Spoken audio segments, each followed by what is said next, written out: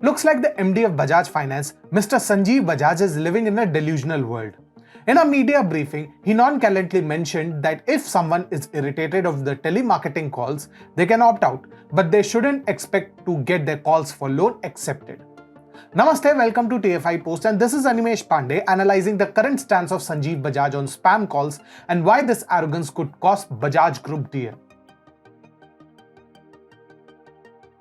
Telemarketing, often a necessary evil in the business world, has emerged as a contentious issue in the corporate landscape of India. Recently, the topic spiraled into controversy following comments made by Mr. Sanjiv Bajaj, the managing director of Bajaj Finance, during a media briefing. His casual stance on Bajaj Finance's pervasive marketing tactics has stirred the pot, inciting a wave of discontent among the country's consumers. Mr. Bajaj's statement suggested that customers irritated by the persistent flood of promotional calls can opt out of the company's contact list. However, he subtly implied a potentially harsh consequence. These individuals might face challenges when seeking loan assistance from the company in the future. This comment struck many as an unabashed flaunting of corporate power that infringed upon consumer rights.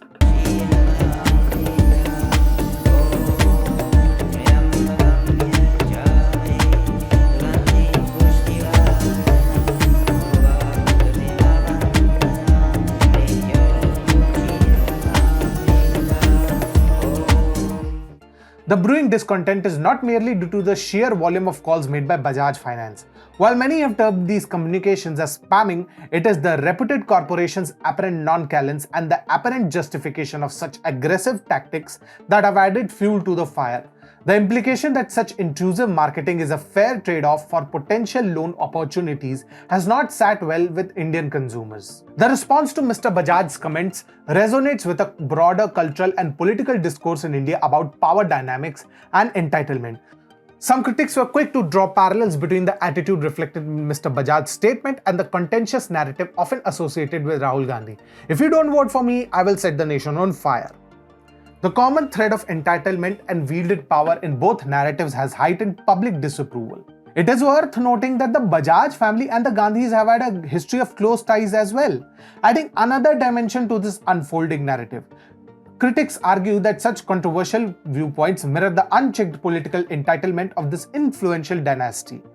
The Bajaj family's corporate journey is deeply intertwined with their close proximity to the Gandhis.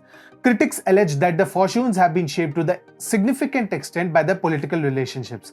However, the 1991 liberalization reforms introduced by the then Prime Minister P.V. Narasimha Rao rocked the Bajaj sport.